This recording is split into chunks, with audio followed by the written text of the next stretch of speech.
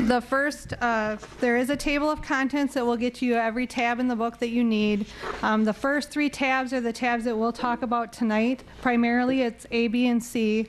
A is the financial overview, B is a personnel-related overview, and then C is some supplemental financial information. And then starting with tab D, it goes fund by fund within the county, and I'll explain what those funds are. I'm not going to go through each tab tonight. Within each tab, there are some supplemental charts or graphs or information within those tabs. For instance, the capital improvements has some summary information regarding capital improvements plan. Sales tax fund has some charts and graphs regarding sales tax. So there's plenty of information for you here to review, which I will not go through all of it tonight, I promise. So then just to give you some quick highlights, we're going to walk through this publication quickly. In terms of the how this is organized, it gives you a summary of the county's expenditures, a summary of the county's revenues, the county tax levy, tax rate, tax base, and then a quick summary of the projected fund balances to start the year in 2013 and to end the year in 2013 by type of fund. So we're going to start with the expenditures.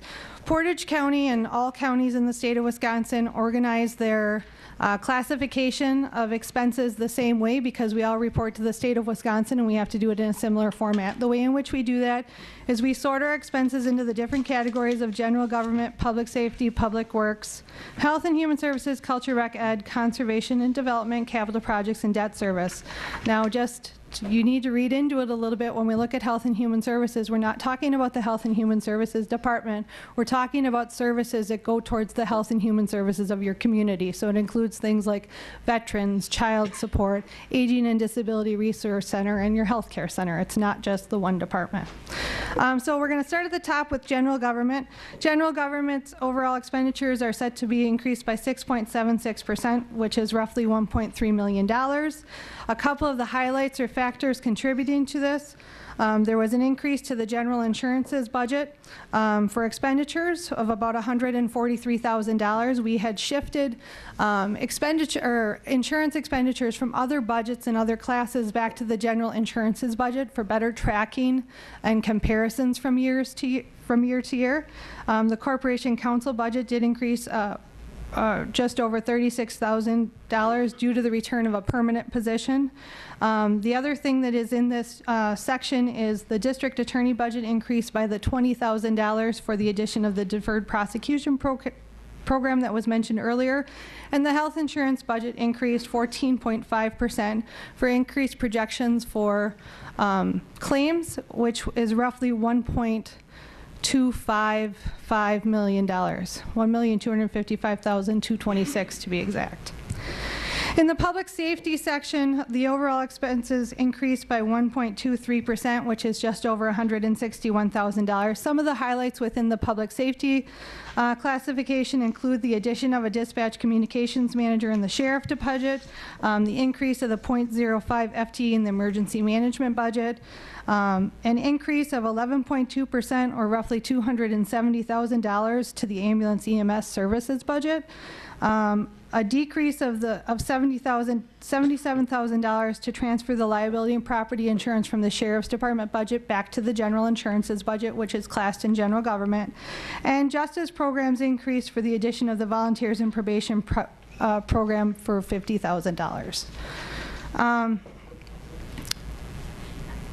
And if you want this information, I can provide this later too.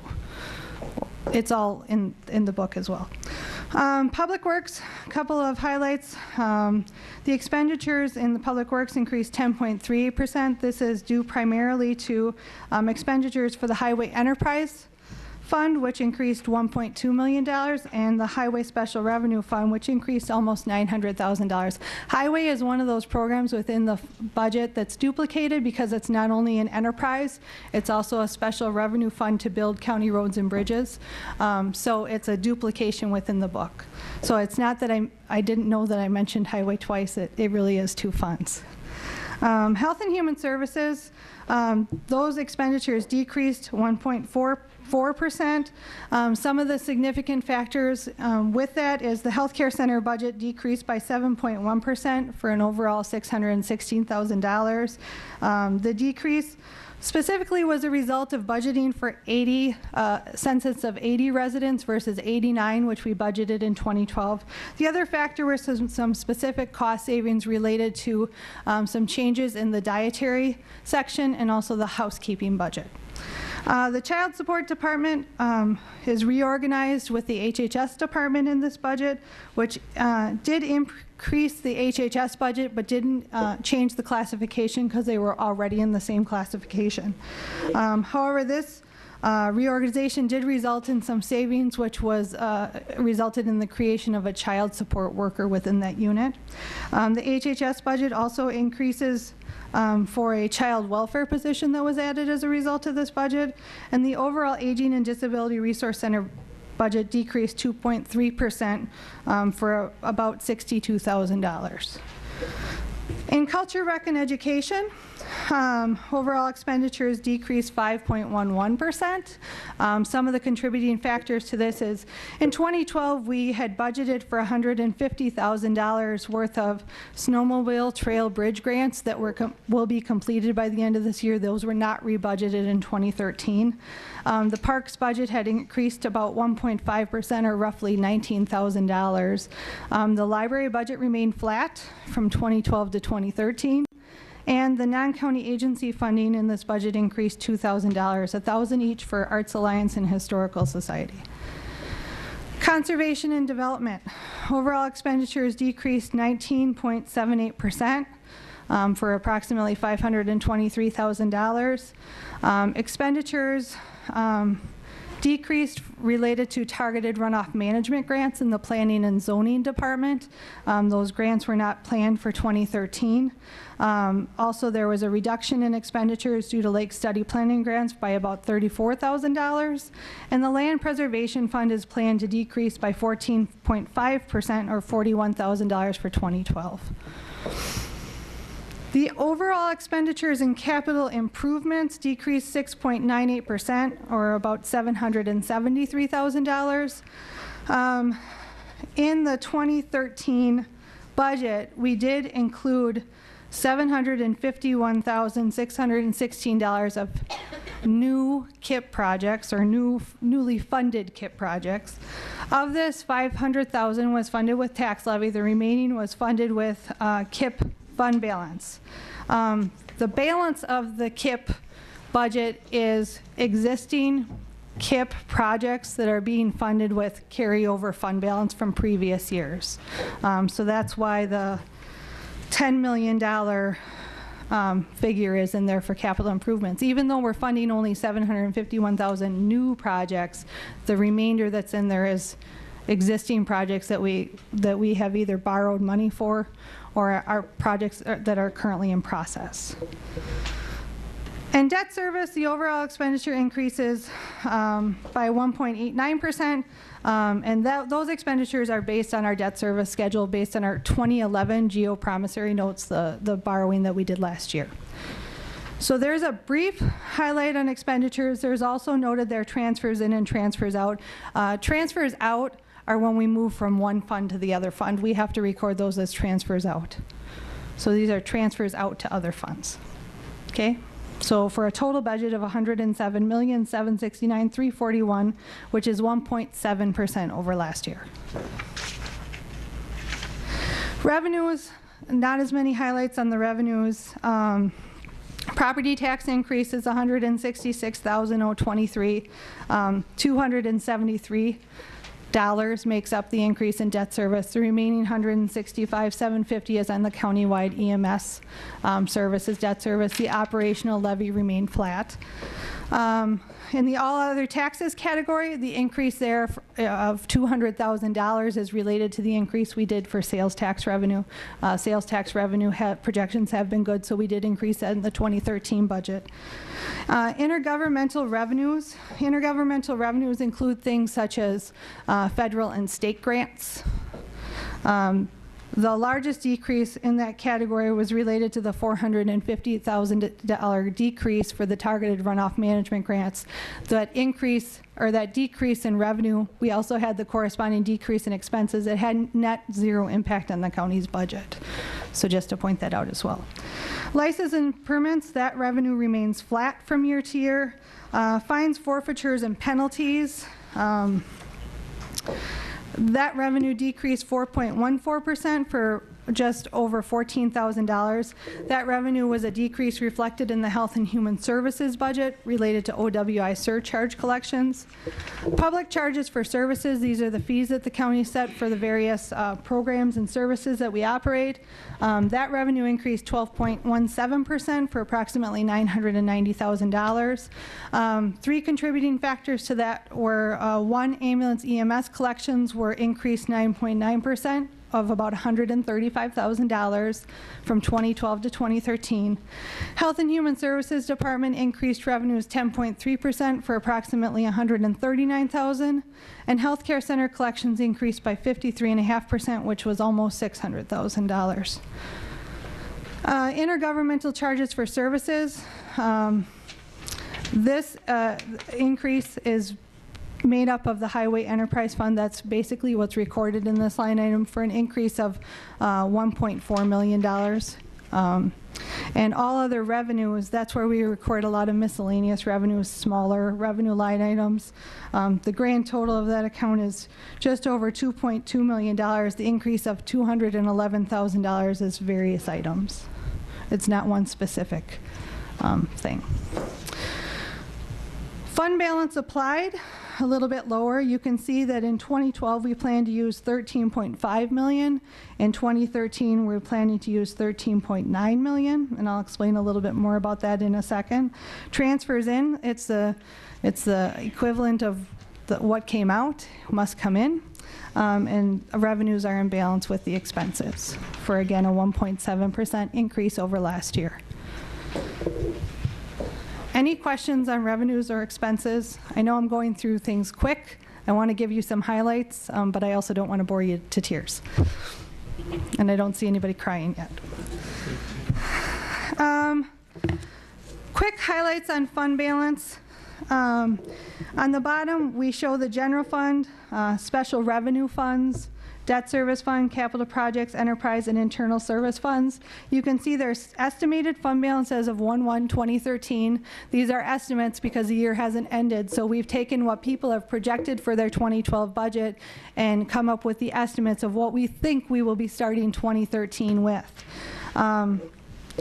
Taking in their budgeted revenues, their budgeted expenses, and looking at what those net fund increases or reductions are, they're listed there on the bottom of the page. And I'm just going to go through some quick highlights by fund to give you a sense of what those reductions or increases are due to. Within the general fund itself, out of the $664,000 reduction, the Sheriff's Department is planning to use some within their 2013 budget. They have budgeted to spend some sheriff forfeitures money within their budget. There's $15,000 budgeted within the county board budget for legal services that's planned for 2013. There is almost $53,000 budgeted for miscellaneous employee benefits based on planned retirements or estimated retirements and unemployment compensation. There is $82,000 planned to be used within the EMS ambulance services budget for equipment replacement and an LTE position. There is $50,000 planned for justice programs for the volunteers and probation program, $20,000 planned for the deferred prosecution program within the district attorney's budget, $47,000 planned for parks equipment replacement, and $246,000 planned for the land preservation fund. So those are just a highlight of some of the things within the general fund in which we were planning to use fund balance for. Now that's not everything, but that's just a highlight of some of the larger dollar items. In terms of the special revenue fund, Out of the $1.4 million, the majority of that is with the Special Revenue Fund for Highway. They have just over $1.4 million planned for highway road projects. Debt Service Fund is a decrease of $318,000. That's a planned decrease in the Debt Service Fund, and that's based on advances that the county made to both the healthcare center and the solid waste program to fund some repairs and improvements that they both needed, that they're paying back to the county on a different schedule than the county had borrowed. So that is a planned decrease in debt service. Capital projects, decrease of $9.7 million. Capital projects, if you recall, last December we went out and borrowed some money for various capital improvements, most of them highway projects. That is planned reduction in capital improvements to complete those projects. Enterprise fund shows a $228,000 increase. That's based on what we know today. If anybody's ever heard me talk before, enterprise funds really don't have fund balance, they have net assets. So one of the things where that number will get adjusted is based on the capital assets they acquire in their long-term debt. So this is just a best guess at this time that we can best do without looking into the future too far. Internal service has a planned reduction of $1.4 million. Internal service funds include four funds: workers' comp, health insurance, the phone services, and the information technology department. Planned decreases within those funds. We have a planned decrease in workers' compensation to reduce their fund balance by $128,000. And we also have a planned decrease in the health insurance fund for almost just short of $1.3 million, $1,279,000. So those are your changes in fund balance for 2013, just to give you a highlight of what those changes are. And when you're looking throughout the budget book, all those budgets have a line item in it where they say fund balance applied, and you can see within those departments where that fund balance is going to be applied in which departments. Just to kind of take you through quickly, tab A. Tab A, detail of individual funds, is kind of what I just went through with the starting projected fund balances and the ending projected fund balances. It's a little bit different way of looking at it, and it splits out for the special revenue funds, each of the special revenue funds, so there's a little bit more detail. It's not as summarized. It's a little bit more information than on the publication itself. The next page is just a computer-generated comparison of the revenues by classification, which is kind of what we went through earlier. This is all funds combined. Expenditures by classification, which is what we also saw on the first sheet for the publication, but it also gives expenditures restated by object group. Object group is the type of expense. What are we buying? Are we buying personnel? Are we buying a contract? Are we buying supplies? So this kind of gives you just another view of how those expenses are categorized. We have some graphs. We have a revenue classification of all funds. Just for those of you that don't like the numbers, here's a picture representation of how that breaks out. Expenditures by classification, same numbers, just a picture visual. And again, the object codes. This tells you how much of our county budget is put into personnel services, how much of our county budget goes towards contracted services, and so on. The next section, the 2013 budget book revenue and expense totals. This gives you by the general fund. It also gives you within the general fund each department for the total revenues and expenses in each department. It goes on to page 4. It totals the general fund at the top, and it also gives you the totals for the various other county funds as well. And that continues through page 6. On the next graph, 2013 discretionary revenue by fund. When we talk about discretionary revenue in our department, we talk a little bit more beyond tax levy, because there are other revenues that we receive such as sales tax revenue, investment income, shared revenue that we use to fund county services beyond the levy. And when we look at how much we have available as discretionary revenue, we have about $34 million available. And that's how we look to how we're going to finance services throughout Portage County. We don't solely look at the tax levy when we're planning our budget. 2013 discretionary revenue, we refer to this as a spider pie because there's so much on there, and you can see where the different shares of the discretionary revenue go to in the general fund. This is solely the general fund. So it doesn't include the Health and Human Services Department or the Highway Department. It's only general fund departments. The next page is the discretionary funding allocation. This is how the departments get their allocations for budget time. You can see on this chart there's a target budget 2013 and a proposed budget 2013. The target budget is what departments are given to start their planning with, and the proposed is where they ended up.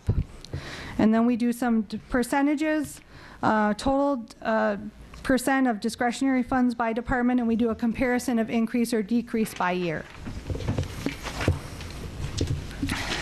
Next page is a listing of the 2013 county provided service contracts. It's 2 pages. And then the last page in this section is a listing of the non-county agencies that will be funded in the 2013 budget with a historical of what's been funded previously. Under tab B, we have a new chart this year. We added a Portage County organizational chart, which kind of defines the classifications and what's in each classification. We've highlighted by asterisk which departments have elected officials in their department. We've also identified on here the enterprise funds, shared governance with Marathon County, which we identified where the airport is within our budget, and also we added the Housing Authority. The Housing Authority is not technically in our budget, but they are a component unit of the county, so we didn't want to forget them. So thank you, Bill. Nice chart. Portage County positions and FTE summary. This is a build on of what we did last year. It looks a little bit different because we tried to reorganize and put the departments by classification.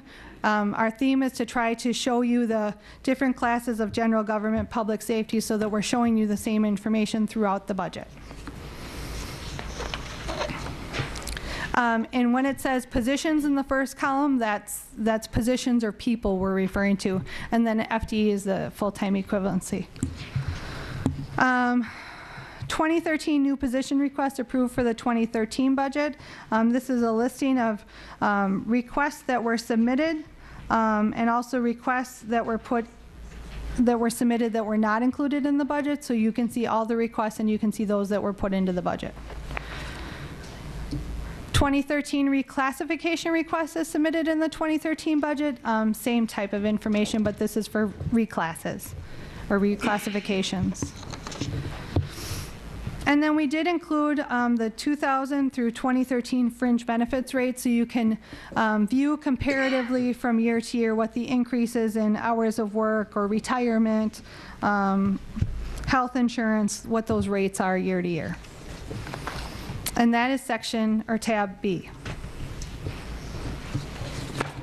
Tab C is the Portage County fund structure. You hear me talk a lot about the general fund or the debt service fund. This is how our funds are structured within the accounting system. That's how we duplicate them in our budgeting system.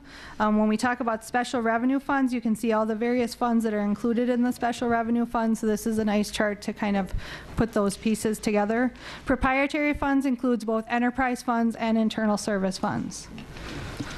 The reason for the difference is internal service funds are like mini businesses, but they're here solely for the purpose of the organization. Then there's a narrative section on the financial structure, fund accounting, and the governmental funds. It explains a little bit about each one. And the proprietary funds, so there's just a narrative explaining each of those. Financial management policies, we put in the policies in here regarding county tax levy limit, county tax rate limit, the budget process, how to do a budget amendment, so on and so forth. So a lot of excerpts from our fiscal ordinance. After that, there's a 30-year history on property taxes. It'll show you the tax levy, tax rates, and equalized valuation from year to year. We show you a 15-year graph of what that looks like.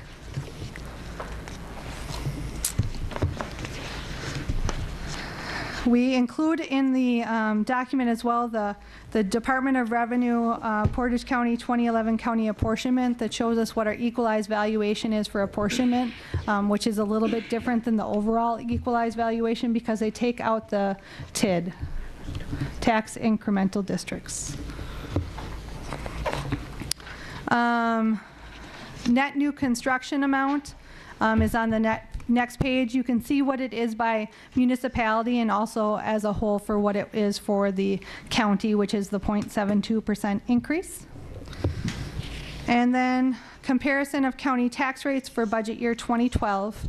Obviously, we don't know what 2013 is yet, so we'll give you the prior year. We did another comparison this year for a comparison of county property tax per person, just a different way to look at the same data. And then we have a new page in here as well this year, is where does your 2013 county property tax dollar go? So it's a little bit about how much goes towards which program service area, what percentage is that, and we compare it to other goods and services so people can kind of get a sense of where their money goes.